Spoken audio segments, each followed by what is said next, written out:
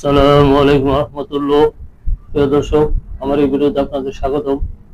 দর্শক, ইরানি president Masoud Pezeshkian ইসরায়েলকে কঠোর বার্তা দিয়েছে। প্রথম পত্রিকার রিপোর্ট অনুযায়ী ইসরায়েলের বিরুদ্ধে যুদ্ধ প্রস্তুতি ইরান, পারমাণবিক কর্মসূচি বন্ধ হবে না। পেজেশকিয়ান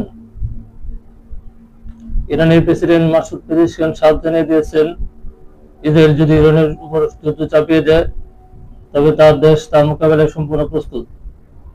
তিনি বলেন, তেহরান ইসরায়েলের সঙ্গে সম্পর্কিত যুদ্ধবৃত্তিকে বিধ্বস্ত হিসেবে দেখছে না, বরং এর ভবিষ্যৎ নিয়ে তিনি খুব একটা আশাবাদী নন।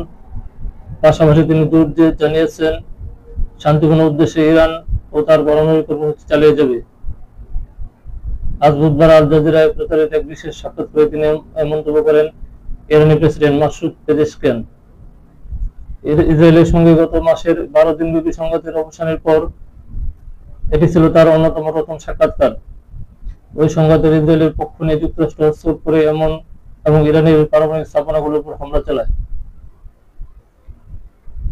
সাম্প্রতিক সংঘাতের পর পশ্চিমা দেশগুলো যখন ইরানের চলমান পারমাণবিক উচ্চ আশঙ্কার সমাধান খুঁজছে, তখনই এমন মন্তব্য করেন পেজেশকিয়ান। আন্তর্জাতিক বিভিন্ন প্রতিবেদনে বলা হয়েছে, ইরানি পারমাণবিক স্থাপনাগুলোতে যুক্তরাষ্ট্রের চালানো হামলায় বাস্তব ক্ষয়ক্ষতি ওয়াশিংটনের দাবির তুলনায় ছিল অনেকটাই সীমিত। প্রেসিডেন্ট মাসুদ পেজেশকিয়ান আল জাজিরাকে বলেন, ইসরায়েলের যে কোনো নতুন সামরিক পদক্ষেপের মোকাবেলায় আমরা সম্পূর্ণ প্রস্তুত এবং আমাদের সশস্ত্র বাহিনী আবার ইসরায়েলের ভেতরে গভীরভাবে আঘাত হানার সক্ষমতা রাখে। ইরানি প্রেসিডেন্ট বলেন, 12 দিনের সংঘাতের পর কার্যকর হওয়া যুদ্ধবিরতির উপর ইরানের কোনো আস্থা নেই। পেজেশকিয়ান বলেন, আমরা এ ব্যাপারে খুব একটা আশাবাদী নই। ইরানি প্রেসিডেন্ট আরো বলেন, এসব কারণে আমরা যে কোনো সম্ভব পরিস্থিতি ও প্রতিক্রিয়ার জন্য প্রস্তুতি রেখেছি।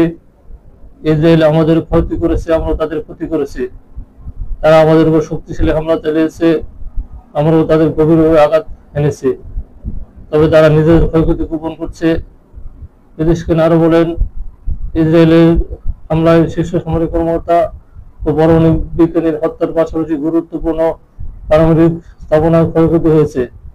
এর উদ্দেশ্য ছিল ইরানের নেতৃত্ব কাঠামোকে সম্পূর্ণভাবে ধ্বংস করে দেওয়া, কিন্তু তাদের এই চেষ্টা পুরোপুরি ব্যর্থ হয়েছে। দর্শক, ভালো থাকবেন। আল্লাহ হাফেজ।